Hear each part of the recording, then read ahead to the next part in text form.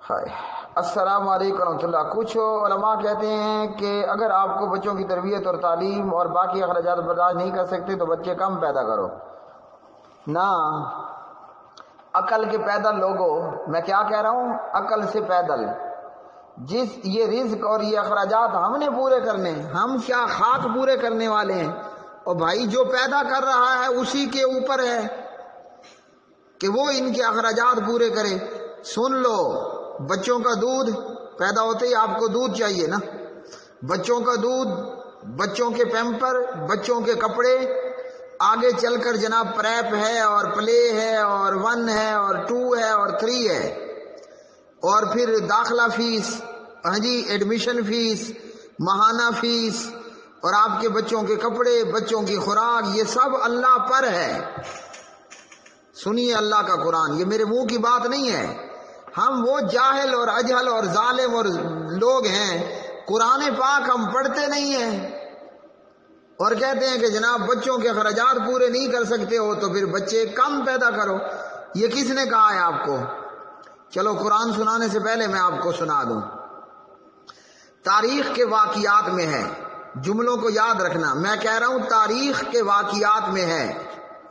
حضرت علی بن ابی طالب رضی اللہ تعالی عنہ نے مرحب نامی یہودی کو قتل کر ڈالا۔ سبحان اللہ تے صدقے جاؤں، اور یہ سکول کی کتابوں میں بھی ہم نے پڑھا تھا۔